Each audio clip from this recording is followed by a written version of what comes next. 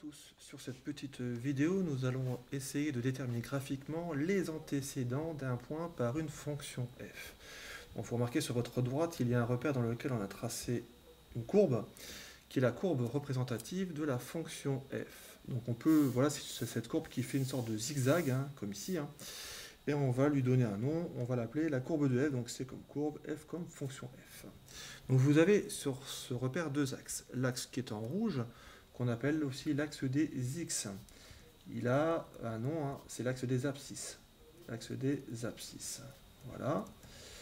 On peut lui donner un autre nom. Généralement, on vous demande de retrouver les antécédents. Donc ça, c'est l'axe des antécédents. L'axe des antécédents. Voilà. Maintenant, il y a un deuxième axe qui est l'axe vertical. Et cet axe-là, censé représenter les valeurs y. On lui donne un nom, c'est l'axe des ordonnées. Voilà, axe des ordonnées. On peut aussi lui donner un autre nom, c'est l'axe image, l'axe des images. C'est-à-dire qu'en fait, dès qu'on a une valeur de x, si on a une fonction, on va trouver toutes ces valeurs images.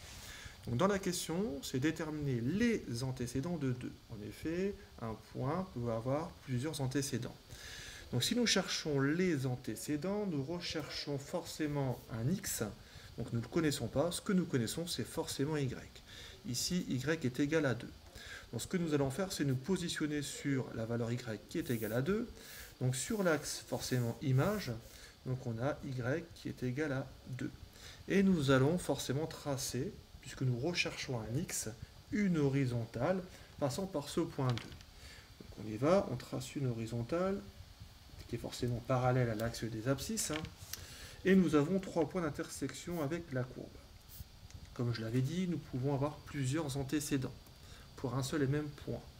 Maintenant que nous avons trouvé les points, localisé les points, nous allons descendre jusque l'axe des abscisses en suivant une verticale. Voilà, donc ici, premier point, voilà. Il y a le deuxième point et le troisième point. Voilà. Nous allons essayer de déterminer, vous voyez, ça ne tombe pas forcément pile poil sur une valeur. Donc ici, à peu près, nous aurons x est égal à 0,6. Ici, on va dire 3,6. Voilà.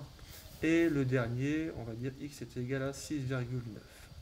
Nous venons de trouver les antécédents de 2. Donc x 0,6, x égale 3,6 et x égale 6,9. Donc les antécédents de